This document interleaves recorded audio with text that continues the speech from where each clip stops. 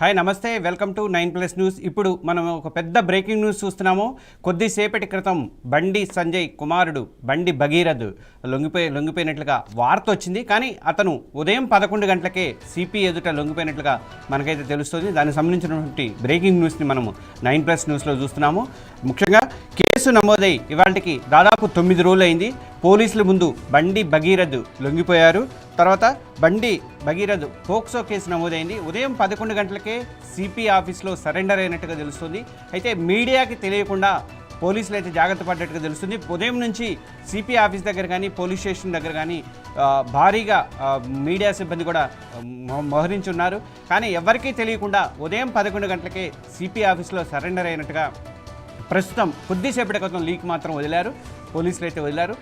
దీనికి సంబంధించి అసలు ఎప్పుడు లొంగిపోయాడు, ఆయన ఇప్పుడు ప్రస్తుతం అయితే వైద్య పరీక్షలు నిర్వహిస్తున్నారట, సీక్రెట్ మెయింటైన్ చేస్తున్నారు. అది కూడా తర్వాత మెజిస్ట్రేట్ ముందు ఆధారపరిచే అవకాశాలు అయితే ఉన్నాయట. ఇప్పుడు దానికి సంబంధించి మనం మరింత ఇన్ఫర్మేషన్ని రాజ్ కుమార్ అడిగి తెలుసుకుందాం. రాజ్ కుమార్, ఏంటి భగీరథ్ లొంగిపోయాడు అంటున్నారు, ఉదయం 11 గంటలకు జరిగిందట. ఇంత లేట్గా ఎలా మనకి మీడియాకి కానీ బయటికి కానీ సమాచారం రాకుండా పోలీసులు ఎలా జాగ్రత్త పడ్డారు? రైట్. గుడ్ ఈవినింగ్ విష్ణు గారు. ఇది అంతా హై ప్రొఫైల్ కేసు కాబట్టి అది అన్ని రాజకీయ పార్టీలు కూడా ఇన్వాల్వ్మెంట్ అయినాయి. సో అటు బీజేపీ, ఇటు బీఆర్ఎస్, కాంగ్రెస్, మహిళా సంఘాలు అందరూ కూడా ఇన్వాల్వ్మెంట్ కావడంతో కొంచెం ఈ కేసు కాంప్లికేటెడ్ మారింది, చాలా ఇంపార్టెంట్ కేసుగా మారింది. అందుకనే పోలీసులు మొదటి నుంచి దీన్ని చాలా జాగ్రత్తగా హ్యాండిల్ చేస్తున్నారు. ఎందుకంటే ముందుకెళ్తే ఒక బాధ, వెనక్కి వెళ్తే ఒక బాధ, ఆగిపోతే ఒక బాధ, చాలా ప్రెజర్ గా ఫీల్ అవుతున్నారు పోలీసులు. అందుకే ఈ రోజు మనకు మొదటగా మధ్యాహ్నం ఒక హైడ్రామా కొనసాగింది. బండి భగీరథ్ కరీంనగర్ లో వాళ్ళ ఇంట్లో సోదాలు అని పోలీసులు సోదా చేశారు. ఒక ఇన్ఫర్మేషన్ వచ్చింది.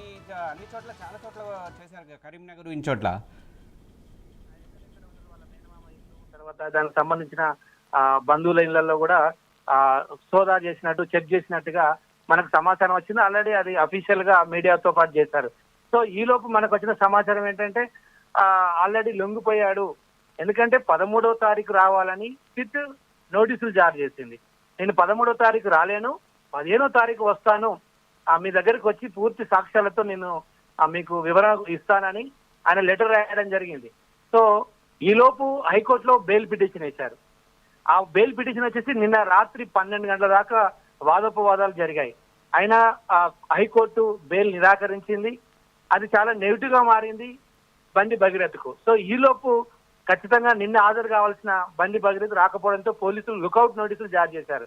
ఎక్కడైనా ఎయిర్పోర్ట్ లో కానీ ఎక్కడ పబ్లిక్ ప్లేస్ లో మీకు కనబడితే మాకు సమాచారం ఇవ్వండి, లుకౌట్ నోటీసులు కూడా పోలీసులు జారీ చేయడం జరిగింది.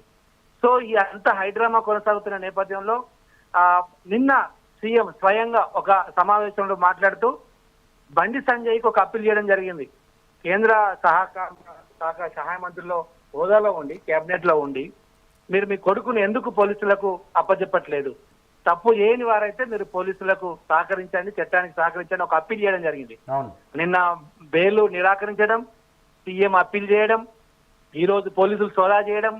సో ఇదంతా చూసినట్లయితే మనకు నాటకీయంగా జరిగిందని విమర్శలు కూడా వచ్చినాయి. బీఆర్ఎస్ వాళ్ళు కూడా దీని మీద స్పందించారు కదా.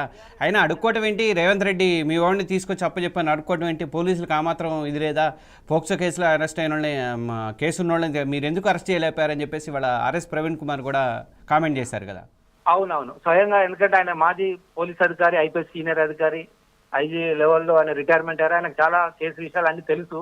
సో అవన్నీ చెప్తూ ఇది పోలీసు ఇలాంటి పోక్సో కేసులో ఈ పద్ధతి కాదు, ఈ వారం కాదు, ప్రోటోకాల్ ప్రకారం, చట్ట ప్రకారము, సెక్షన్ ప్రకారం ఫాలో కావాలి. కానీ దీంట్లో పొలిటికల్ ఇన్వాల్వ్మెంట్ ఉంది. స్వయంగా సీఎం రేవంత్ రెడ్డి ఆరోపణలు ఎదుర్కొంటున్న వ్యక్తికి సహకారం చేస్తున్నారు, సీఎం రేవంత్ రెడ్డి అప్పీల్ చేయడం ఏంటి అని కూడా ఆర్ఎస్ ప్రవీణ్ కుమార్ మీడియా ముఖంగా ఇవాళ ఆరోపణలు చేయడం జరిగింది.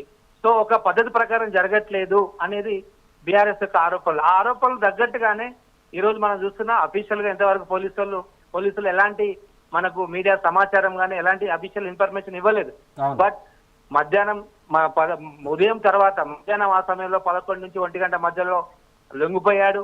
లొంగిపోయిన తర్వాత అతన్ని ఇప్పుడు మెడికల్ టెస్ట్ల కోసం ఒక మేడ్చల్లో ఒక ప్రైమరీ హెల్త్ సెంటర్ కు తీసుకెళ్లారు. అక్కడ మెడికల్ టెస్ట్ అయిన వెంటనే మేడ్చల్ జడ్జికి సమాచారం ఇచ్చారు, ప్రత్యేక అనుమతి తీసుకున్నారు జడ్జితో.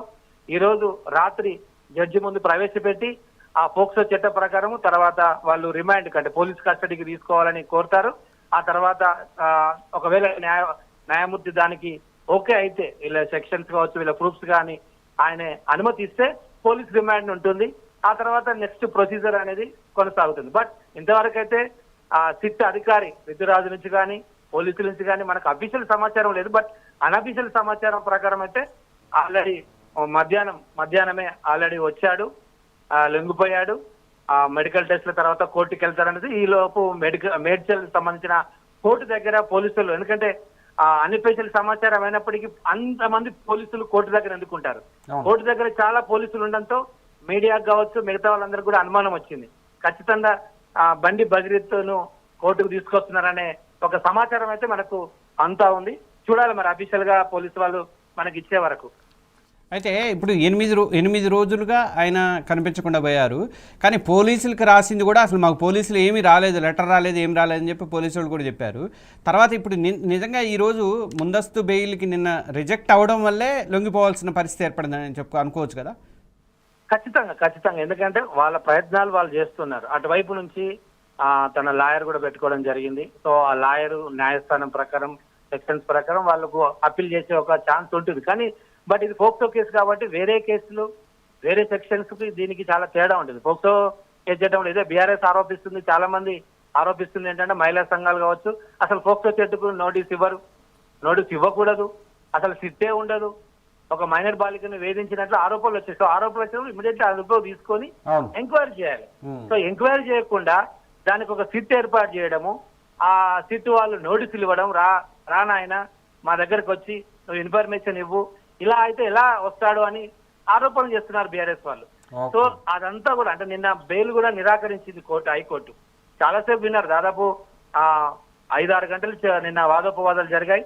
సో బెయిల్ రిజెక్ట్ అయింది. ఎందుకంటే పోక్సో చట్టం చాలా కఠినమైనది, మైనర్ బాలిక కాబట్టి. సో ఆ ఏజ్ మీద కూడా కొంత కాంట్రవర్సీ జరిగింది. ఈమె మైనర్ కాదు, మేజర్, 2 డేట్ ఆఫ్ బర్త్ ఉన్నాయి. కానీ కోర్టు వారికి ఆ పీపీ కావచ్చు ఎవరైతే బాలిక ఉందో వాళ్ళ తరఫున న్యాయవాదులు ఒక ఎగ్జాక్ట్లీ ఎస్ఎస్సి సర్టిఫికేట్ సమర్పించడంతో కోర్టు కూడా దాన్ని నమ్మింది. దాని పరిగణలోకి తీసుకోవడంతో మొత్తం మీద ఆమె మేజర్ కాదు మైనరే కాబట్టి బెయిల్ నిరాకరించింది. సో ఒకవేళ చుక్కెదురైంది బండి భగీరథ్కు కోర్టులో. సో దీంతో అవస్థైన బండి భగీరథ్ తప్పదు. ఒకవేళ ఇవాళ లొంగిపోకపోయినా పోలీసుల దగ్గర రాకపోయినా, ఎందుకంటే నేను 10వ తారీఖు వస్తానని మెయిల్ కూడా చేయడం జరిగింది. ఇప్పుడు బీఆర్ఎస్ ఆరోపిస్తుంది ఏంటంటే అసలు ఆ మెయిల్ సంతకము భగీరథ్ కాదు, కరీంనగర్ లో ఒక హనీ ట్రాప్ కేసు పెట్టారు, ఇది కూడా బండి భగీరథ్ యొక్క సంతకం కాదు, ఇదంతా పోలీసులు కావాలని పైనుంచి వచ్చిన డైరెక్షన్స్, ఇదంతా పొలిటికల్ ఇన్వాల్వ్మెంట్ ఉంది, కాంగ్రెస్ ప్రభుత్వము బండి భగీరథ్కు సహకరిస్తుందని బీఆర్ఎస్ కూడా ఆరోపణలు చేస్తుంది. ఎందుకంటే 6 గంటలకు వచ్చిన బాలిక తల్లిని పోలీస్ స్టేషన్ లో కూర్చుండబెట్టి వెయిట్ చేసి కరీంనగర్లో కేసు అయిన తర్వాత అప్పుడు ఈమె కేసు తీసుకున్నారని ప్రవీణ్ కుమార్ వాళ్ళు ఆరోపించారు.